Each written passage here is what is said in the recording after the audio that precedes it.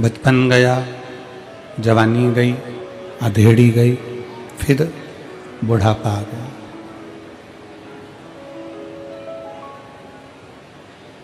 ऐसा कोई संसार में जन्मा नहीं है जिसका बचपन जाते जाने के बाद में फिर जवानी, और जवानी के बाद अधेड़ी, और अधेड़ी के बाद बुढ़ापा नहीं आया।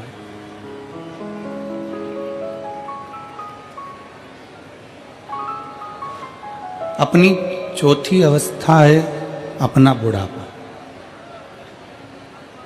और शिव महापुराण की कथा कहती है बचपन गया जाने दो, जवानी गई जाने दो, अधेड़ी गई जाने दो, पर अपना बुढ़ापा मत बिगड़ने दो।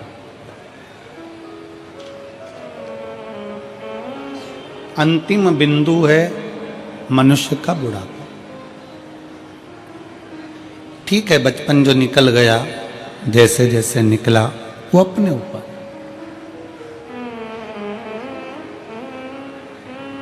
खेलते खेलते निकल गया, विद्याध्ययन करते निकल गया, मित्र दोस्तों के साथ निकल गया, वो एक अलग विषय हो गया।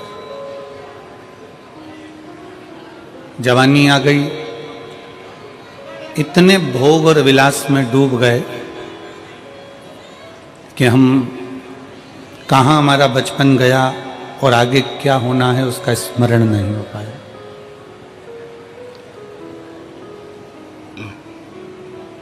फिर अधेड़ी आ गई जिसमें हम पूरे परिवार का बोझा ढोने में, पूरे परिवार को साधने में, पूरे परिवार के काम में हम लग गए।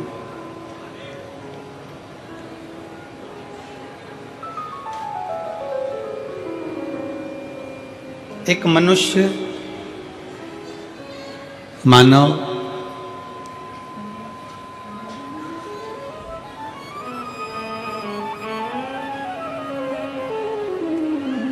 गधा,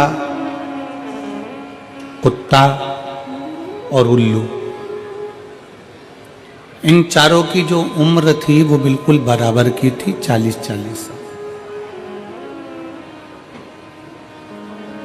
मनुष्य भी 40 वर्ष का, गधा भी 40 वर्ष का, कुत्ता भी 40 वर्ष का और उल्लू भी 40 वर्ष का। सब 40 साल के थे, सबकी उम्र 40 वर्ष की थी और सब 40-40 वर्ष में रह रहे थे।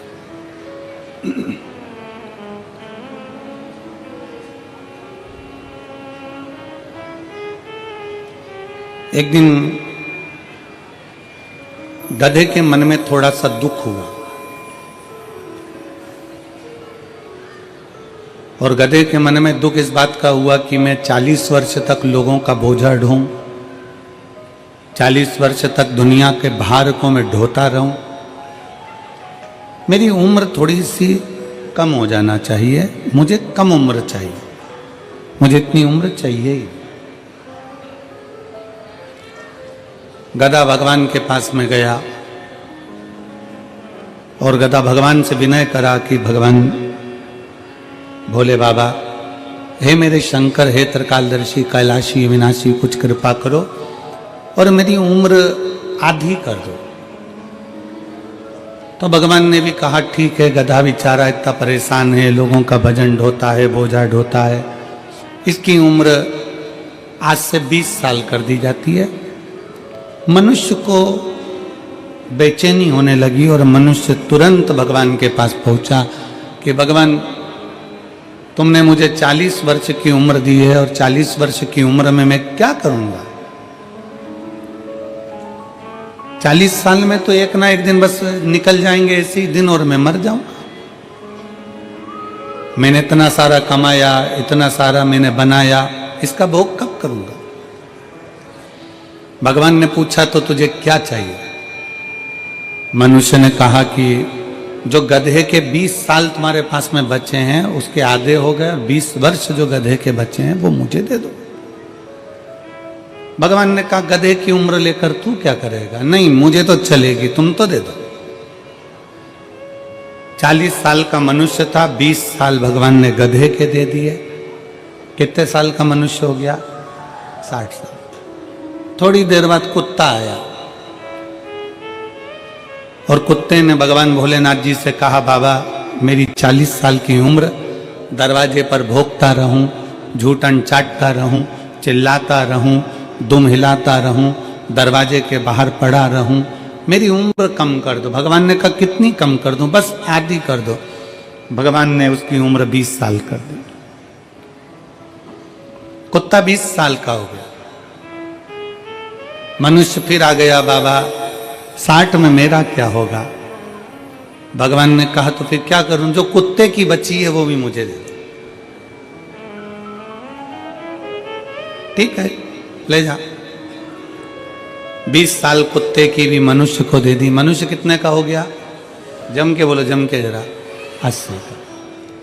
थोड़ी देर बाद उल्लू आ गया। उल्लू ने भगवान से कहा, बाबा मैं 40 साल का और मेरी जिंदगी पेड़ों पर टंगे टंगे रात भर जगते जगते निकल जाए, ऐसी उम्र का मैं क्या करूंगा?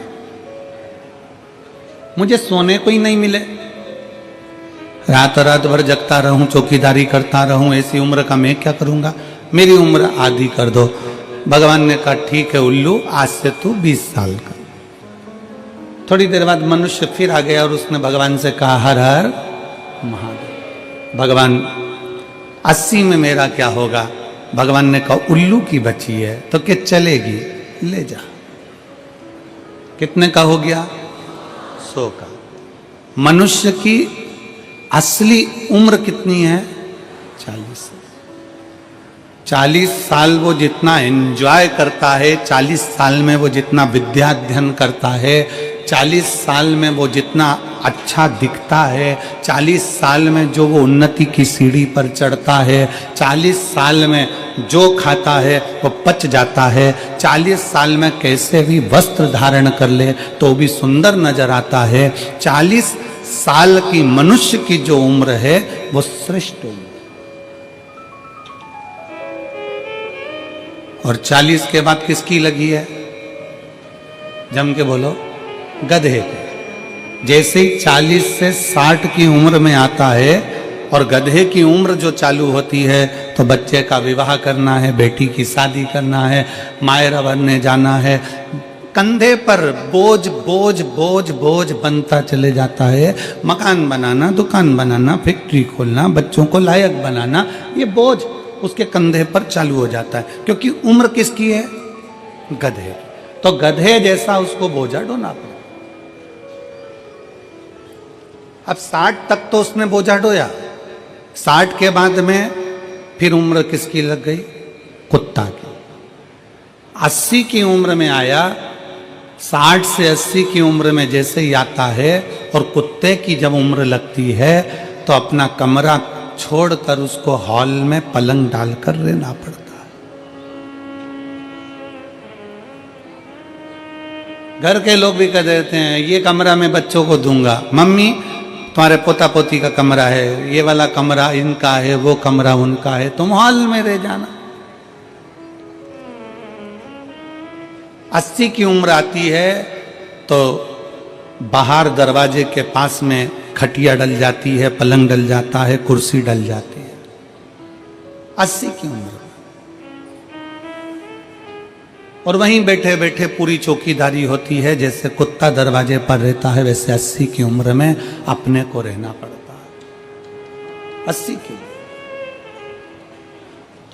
और 80 की उम्र जैसी पूरी होती है फिर किसकी उम्र लग जाती है? उल्लू की। अब कई माताएं कहती हैं गुरुजी हमको नींद नहीं आती। हमने पूछा कितने साल के हो गए तो कहा 85 के। कोई भाई कह दे कि गुरुजी हमको नींद नहीं आती। हमने पूछा कितने के हो गए? 83 के। अब उनको कौन समझाए कि 80 से 100 के बीच की जो उम्र है वो उल्लू की उम्र है। तुम कितनी भी नींद की गोली खा लो, रात को 2 बजे से लेकर 5 बजे के बीच में तुम्हारी नींद खुलेगी जरूर, क्योंकि तुम्हें उल्लू की उम्र लगी है। उल्लू की उम्र लगी है तो वो खुलना ही है।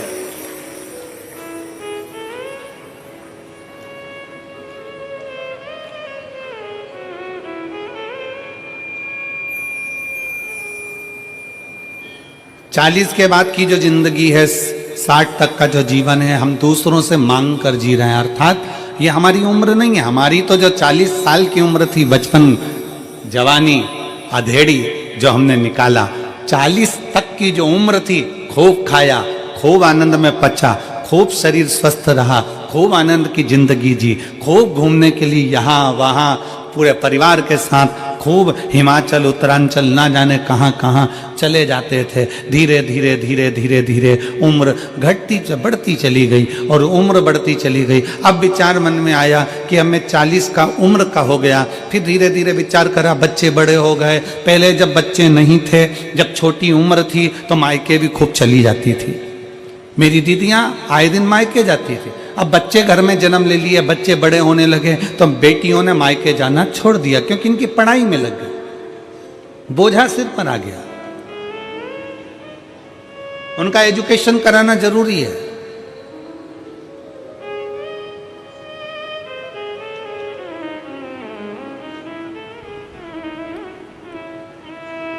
और धीरे धीरे धीरे धीरे धीरे हमारी 40 वर्ष की उम्र कहाँ चली जाती है और गधा की उम्र, कुत्ता की उम्र, उल्लू की उम्र 40 से 60, 60 से 80, 80 से 100, ये उम्र कब लगती चली जाती है हमको खुद मालूम नहीं पड़ता।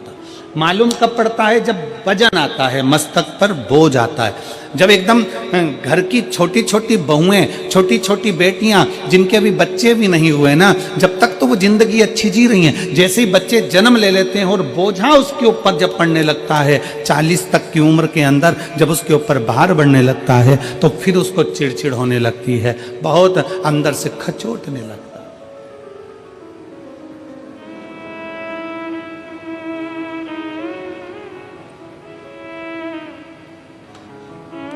जीवन शिव जी की कथा कहती है, भगवान शंकर की कथा कहती है, आप चाहे 40 के हो जाओ, आप चाहे 60 के हो जाओ, आप चाहे 80 के हो जाओ, आप चाहे 100 के हो जाओ,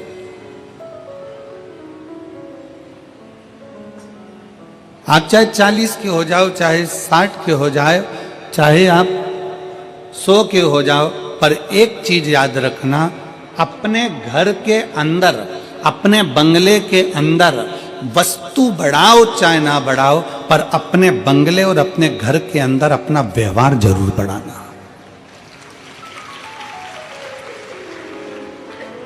सोफा कम है ना, चलेगा, बर्तन कम है ना, चलेंगे, अलमारी में साड़ी कम है ना, चलेगी, जेवर कम है ना, चलेगा, चप्पल जूते कम है ना, चलेंगे, पलंग कम है, चलेगा, गादी तकिया कम है, चलेगा, बहुत सारा दिखावे का सामान नहीं है, चलेगा, घर में वस्तु कम होगी ना, चल जाएगा, पर घर में एक दूसरे के प्रति व्यवहार कम मत होने देना। अगर व्यवहार कम हो गया तो वो वस्तु किसी काम की।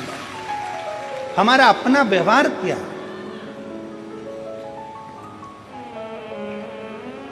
दुकान क्यों चलती है? जम के बोलो, दुकान कैसे चलती है? सामान से। सामान तो पड़ोसी के यहां भी भरा हुआ है। अरे बोलो जम के। फ्रिज पड़ोसी के यहां भी है, फ्रिज तुम्हारी दुकान में भी है। कपड़े पड़ोसी के यहां भी है, कपड़े तुम्हारी दुकान में, उसी कंपनी का, उसी वैरायटी का उसके पास भी है और तुम्हारे पास भी है। घड़ी की दुकान तुम्हारे पास भी है, घड़ी की दुकान उसके पास भी है। सोने चांदी की दुकान उसकी भी है, सोने चांदी की दुकान तुम्हारी भी है। बर्तन की दुकान उसकी भी है, बर्तन की दुकान तुम्हारी है। कपड़े की दुकान उसकी भी है, कपड़े की दुकान तुम्हारी भी है। चश्मे की दुकान उसकी भी है, चश्मे की दुकान तुम्हारी भी है। पार्लर उसका भी है, पार्लर तुम्हारा भी है। किस चीज से चल रहा है? वस्तु से। सामान तो उसके पास भी है। तुमसे किसी सुनार की दुकान में जाकर देखना, सराफे की दुकान में जाकर देखना कि किसी सराफे वाले ने 4 मंजिल का शोरूम बना लिया, माल भी खूब भर लिया, और किसी सराफे वाले की दुकान एक छोटी सी गली में छोटी सी है, उसकी यहाँ लाइन लग रही है और उसके शोरूम में मक्खियां उड़ रही। सोना उसके पास भी है, सोना इसके पास भी है, चांदी उसके पास भी है, चांदी इसके पास भी है, कपड़ा उसके पास भी है, कपड़ा इसके पास भी है, सामान सबके पास में है, परंतु शिव महापुराण की कथा कर रही है, चाहे तुम्हारा बचपन हो, चाहे तुम्हारी जवानी हो, चाहे तुम्हारी अधेड़ी हो, चाहे तुम्हारा बुढ़ापा हो, तुम्हारे घर में वस्तु बढ़े ना बढ़े, सामान बढ़े ना बढ़े, पर तुम्हारा व्यवहार बढ़ना चाहिए। ऐसा व्यवहार होना चाहिए कि दुनिया के लोग तुम्हारे पास में आए। दुनिया के लोग तुम्हारे पास में आए। अपने व्यवहार को बढ़ाइए। व्यवहार से क्या मतलब है? व्यवहार का मतलब क्या होता है? व्यवहार का मतलब है आपकी श्रेष्ठ वाणी, आपके मन का साफपन, आपकी निर्मलता, आपकी सत्यता और आपकी एकाग्रता।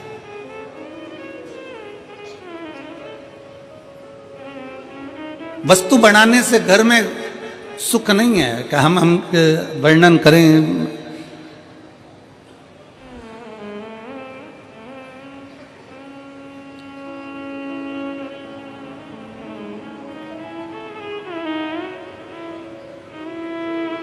अभी हम इस कथा के पहले 3 दिन के लिए दुबई की कथा करने के लिए गए थे। एक बुजुर्ग माता की वो कथा थी, और दुबई की जो कथा थी एक बुजुर्ग माता की कथा थी, और वो कथा श्री शिव महापुराण समिति दुबई ने कराई, जिसमें 8 से 9 यजमान बने।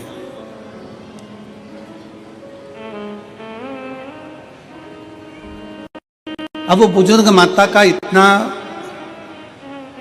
हो सकता है, इतना उसके पास में ना हो, पर दिल का भाव बड़ा था।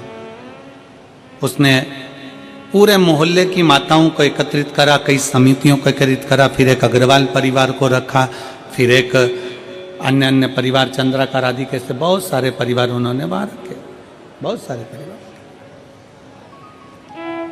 और सबसे कहा मेरे पास में इतना नहीं, ये थोड़ा सा है जो आप ले लो और मेरे को शिव पुराण की कथा कर। हम श्री संदीप गोयल जी को और श्री आशीष बंसल जी को और इस केदारेश्वर समिति को बहुत बहुत धन्यवाद इस चीज का देना चाहते हैं कि जितने पत्र गोयल जी, आशीष जी, जितने पत्र यहाँ आए हैं, हर पत्र में तुम दोनों का जिक्र लिखा है कि हम नहीं सुन पाते ये कथा कहीं जाकर, पर मेरठ को आपने दिया है, उसके लिए साधु, उसके लिए साधुवाद है।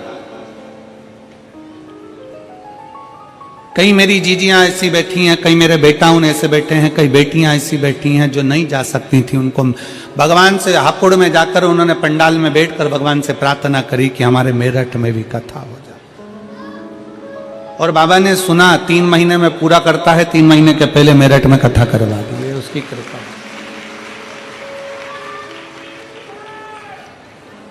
ये उसकी उदारता, ये उसकी कृपा, ये उसकी करुणा है। और गोयल जी, बंसल जी आपको इस चीज के लिए साधुवाद देते हैं कि धन तो दुनिया के पास में ढेरों की मात्रा में होता है, पर उसका धन सतमार्ग में नहीं लग पाता। आज आपको इस चीज की बधाई है कि आपने अपने धन का सदुपयोग करा और इतने जनमानस के चेहरे पर प्रसन्नता लाता है। केदारेश्वर समिति, इसके अध्यक्ष, इसके उपाध्यक्ष, इसके सचिव, महामंत्री, इसके जितने भी पदाधिकारी गण हैं, उनको बहुत साधुवाद।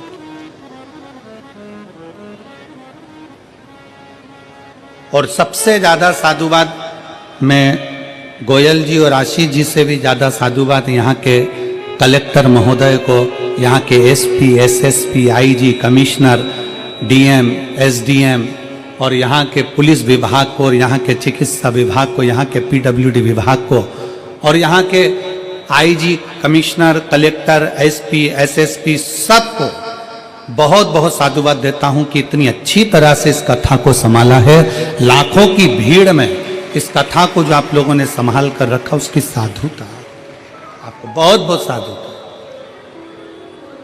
लाखों की भीड़,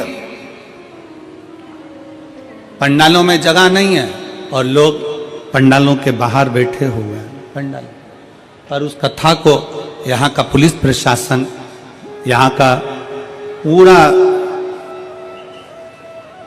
एक एक कांस्टेबल हो, पुलिस विभाग हो, यहाँ के collector, SP, SSP, IG, DIG, यहाँ के तहसीलदार आदि आदि जितने भी हैं, सारा प्रशासन मुस्तैदी से संभालो,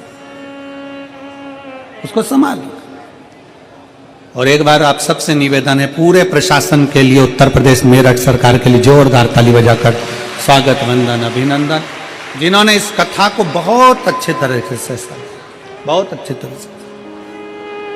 और तेरी कृपा बिना ना हिले एक भी अणु, लेते हैं श्वास तेरी कृपा से तनो तनो। बखान क्या करूं मैं राखों के ढेर का, चपटी भभूत में खजाना कुबेर का। हे गंगाधार मुक्ति द्वार ओंकार तू, भोले ओंकार तू। आयो शरण तिहारी शंभु तार तार तू। बखान क्या करूं मैं राखों के ढेर का, चपटी भभूत में खजाना कुबेर का। हे गंगाधार मुक्ति द्वार ओंकार तू, भोले ओंकार तू। आयो शरण तिहारी शंभु तार तार तू। आप कितनी अवस्था के हैं, आपका क्या चल रहा है? 40 के हैं, 30 के हैं, 25 के हैं, 20 के हैं, 50 के हैं, 60 के हैं, 70 के हैं, 80 के हैं, जो भी आपकी अवस्था चल रही है, जो आपकी अवस्था चल रही है, आपकी अवस्था में व्यवहार की बहुत जरूरत है। आज के समय में एक बात बहुत अच्छे से धारण कर कर रखना कि घर में सब कुछ है। बोलो री जी हाँ, सही बात है। तुम्हारे घर में भोजन की कमी तो नहीं है ना? जम के बोलो जरा। नहीं। तुम्हारे घर में कहीं रहने की कमी तो नहीं है ना? नहीं। तुम्हारे घर में पानी पीने की भी कमी तो नहीं है ना? सारा सुख है तुम्हारे घर में, ओढ़ने का, बिछाने का, रहने का, एसी, कूलर, पंखा, सारा सुख अपने घर में है। अच्छे मकान में रह रहे हैं, बाबा की कृपा से अच्छा भोजन कर रहे हैं, सारा सुख है।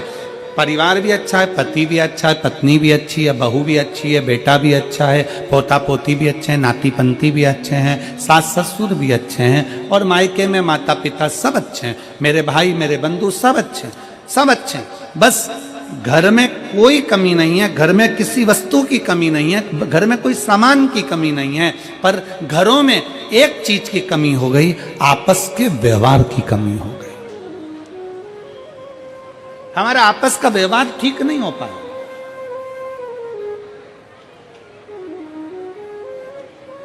हम व्यवहार से दूर होते चले गए। और शिव पुराण कहती है अपने व्यवहार को प्रबल बनाना है। शंकर की कथा देखिए, व्यवहार के बल पर शंकर भगवान के सामने 33 कोटि देवताओं ने मिलकर विष का कटोरा भेज दिया था मेरे शिव जी के सम्मुख में। विष का कटोरा,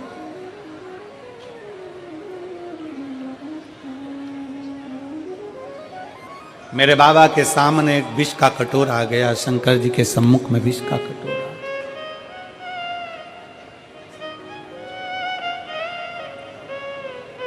कितना सोचने वाला विषय है, जरा ध्यान दीजिएगा। बहुत सावधानी से कथा सुनिए।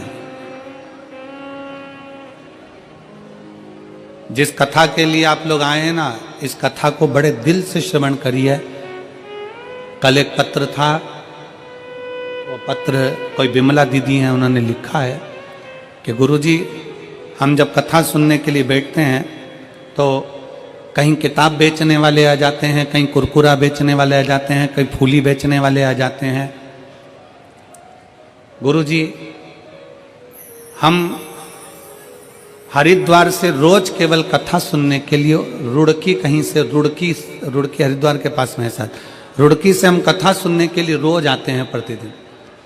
हमारा 1000-2000 रुपये रोज का खर्च होता है, पर उसके बीच में भी ये लोग इतना सामान, किताब बेचने वाले, कहीं सामान बेचने वाले आते रहते हैं, तो हमारी कथा चूक जाती है और हम बड़ी आस से कथा सुनने के लिए आते। मेरा आप सबसे निवेदन है, जितने किताब बेचने वाले हों, जितने सामान बेचने वाले हों, आपसे भी निवेदन है, जितने लोग बैठे हुए कथा में, अगर कोई बेचने वाला आए, उसका हाथ पकड़कर उसको बाहर निकाल कर कहना, भैया कथा सुनने थे, रोड पे जाके बेचो, पर कथा श्रवण करना।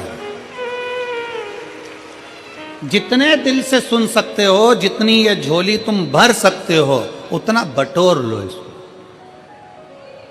जितना दिल लगा सकते हो बाबा से, उतना दिल लगा लो तुम, जितना लगा सकते। कहीं किस्मत होगी आपकी और हमारी, कहीं सौभाग्य होगा आपका और हमारा, जो आप और हम इस कथा को श्रवण करने के लिए बैठे हैं। और ना जाने कितने तो टीवी के सामने बैठे बैठे भगवान से प्रार्थना कर रहे हैं, हमको भी पंडाल में बुला लेता, हम भी कथा श्रवण कर लेते, हमें भी यहाँ आमंत्रित कर लेता, हम भी पहुंच जाते। कितने तरस रहे।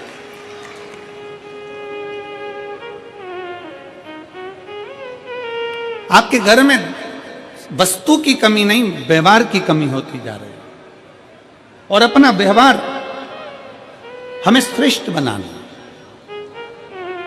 शंकर जी की कथा कहती है, शिव जी के सामने 33 कोटि देवताओं ने मिलकर विष का कटोरा लाकर रख दिया। विष का कटोरा भगवान शंकर के हाथ में दे दिया, ये विष है, ये विष।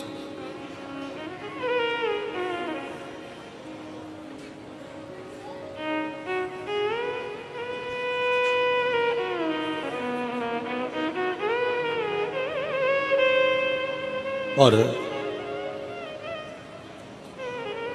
सबसे पहले जब विष शंकर जी के पास में आया, तो पास में नंदी बैठे हुए थे।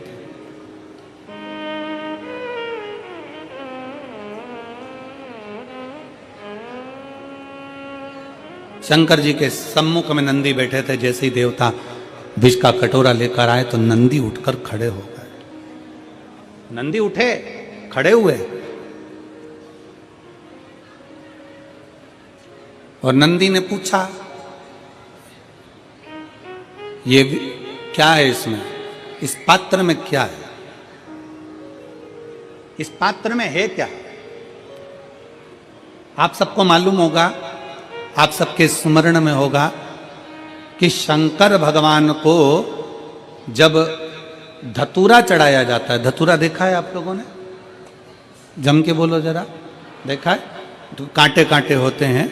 शंकर भगवान को जब भी धतूरा चढ़ाया जाता है, शिव जी को जब भी धतूरा दिया जाता है, तो धतूरा चढ़ाते समय नंदीकेश्वर शिव का नाम लिया जाता है। बेलपत्री आप चढ़ा रहे हैं, आप जो भी जप करें, स्मरण करें, वो आपके ऊपर है। आप चावल चढ़ा रहे हैं, वो आपके ऊपर निर्भर है। फूल चढ़ा रहे हैं, वो आपके ऊपर निर्भर है। पर जब हम भगवान शंकर का अभिषेक कर रहे हैं, पूजन कर रहे हैं, शिव मंदिर में जा रहे हैं, आपको कहीं से एक धतूरा मिल गया, कोई कामना है आपकी, धतूरा भी कई बार कामनाओं से चढ़ाया जाता है। तो धतूरा जब हम चढ़ा रहे हैं, शंकर को समर्पित कर रहे हैं, तो नंदीकेश भगवान का नाम लेकर, नंदीकेश्वर शिव का नाम लेकर चढ़ाए, मतलब नंदी की आज्ञा लेकर कि हम ये धतूरा शंकर भगवान को दे रहे हैं। और हमारा विश्वास कहता है कि नंदी, हमारी जो दुख है, हमारी जो समस्या है, हमारी जो तकलीफ है, जब मैं धतूरा बाबा को चढ़ाऊंगी, नंदी तेरे से आज्ञा लेकर चढ़ा रही हूं, जिससे ये धतूरा मैं जब शंकर को चढ़ाऊंगी, तो नंदी मेरे दुख को मिटाने के लिए तो भोले बाबा को अपनी पीठ पर बिठाकर मेरे दरवाजे तक लेकर आएगा, इसलिए तेरी साक्षी में चढ़ा रही हूं। ये धतूरा मैं तेरी साक्षी में चढ़ा रही हूं, ये धतूरा मैं तेरी साक्षी में दे रही हूं।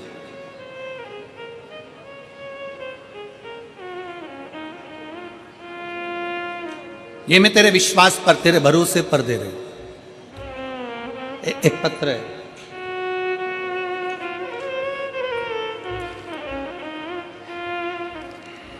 मैं रीतु त्रिवेदी,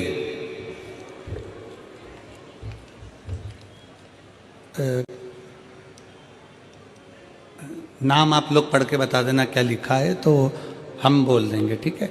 मैं रीतु त्रिवेदी, पत्र में मोह चौक अमरोहा, क्या लिखा है?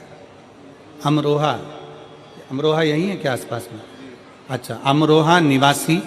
फोन नंबर मेरा ये है, कहीं बैठी हो तो हाथ हिला सकती हैं। बाबा की महिमा का मैं क्या गुणगान करूं। पति अमरदीप शर्मा को लीवर सिरोसिस हो गया था, जिसकी वजह से पेट में पानी भर गया था, तिल्ली बढ़ गई थी, हार्निया हो गया था, पीलिया हो गया था। हमने अमरोहा के 4-5 बड़े बड़े डॉक्टरों को दिखाया, उन्होंने कहा ठीक होने का कोई चांस नहीं दिखता। कोई लीवर बिल्कुल खराब हो गया है, इनकी सेवा करो, क्योंकि हाथ पैर में बहुत ज़्यादा सूजन आ गई है। इनका इलाज लीवर ट्रांसप्लांट ही करना पड़ेगा, जो दिल्ली में है।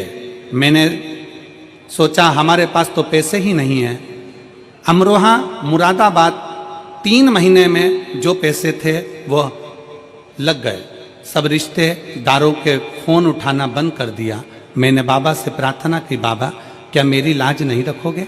मैं क्या हो गया? मैंने तो आपको जल चढ़ाना प्रारंभ कर दिया, क्या गलती हो गई बाबा? तब हम उनको दिल्ली के ILMBS हॉस्पिटल में लेकर गए। तबीयत ज़्यादा खराब हो गई, उनका ट्रांसप्लांट करना पड़ेगा, ये दिल्ली के हॉस्पिटल में बोल दिया गया, ILBS में बोल दिया गया। इसका खर्चा लगभग 50 से 60 लाख का आएगा। हमारा पास इतना धन नहीं था, फिर करें तो करें क्या? हमने भी बाबा का नाम लेकर कह दिया कि कहीं से भी पैसे की व्यवस्था करेंगे, आप तो ऑपरेशन की तैयारी करो। अब ट्रांसप्लांट करने के लिए लीवर की जरूरत पड़ेगी, कहाँ से दोगे? रिश्तेदारों की मदद नहीं मिल रही। बाबा के भरोसे पर 1 लोटा जल शिव को समर्पित कर बाबा से विनती करी, और विनती करी बाबा से, और सब दूर हमने फोन किया पर कोई चांस नहीं लगा। आखिरी में करें तो करें क्या? क्या चीज हो मेरे पास में नहीं? सोचती हमारे पास तो क्या है, कुछ भी नहीं। जब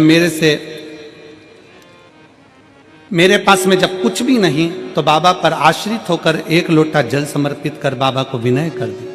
और गुरुदेव मैं क्या वर्णन करूं, लीवर तो बदलना था, कक्ष में भी लेकर चले गए, पर 9 नवंबर 2023 को भर्ती करा।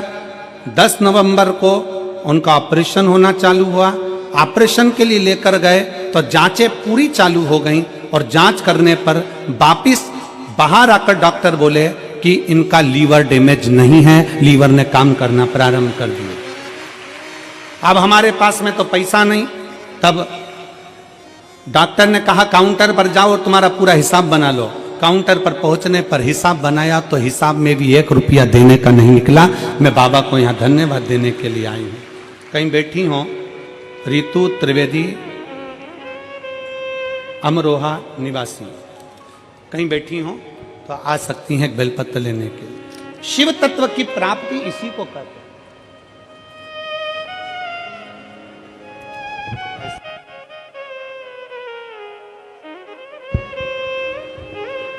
शिव तत्व की प्राप्ति इसी को कहते हैं। भगवान शंकर की उदारता इसी को कहते हैं। शिव जी के पास में, भगवान शंकर के पास में विष का कटोरा पहुंचा है। विष का कटोरा।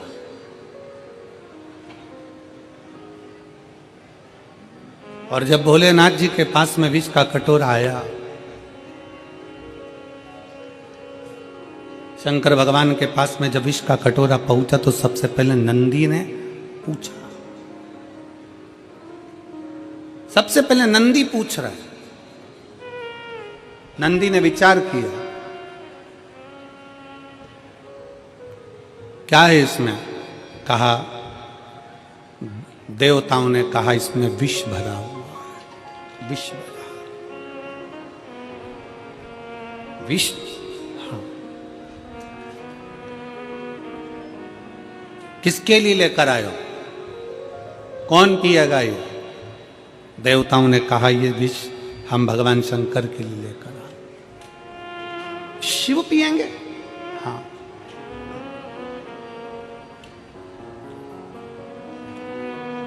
नंदी की आंख में से आंसू बहने लगे। जैसे ही आंख में से आंसू बहे वहीं पर भृंगी खड़ा था और भृंगी ने पूछा कि ये आज नंदी तुम रो रहे हो, तुम्हारी आंख में आंसू भरे हुए? नंदी किस लिए? नंदी कहते हैं आज भोले बाबा के लिए। दुनिया के लोग कोई बेलपत्र लाता है, कोई जल लाता है, कोई दूध लाता है, कोई सामग्री लाता है, पर आज मेरे भोले बाबा के लिए विष आया।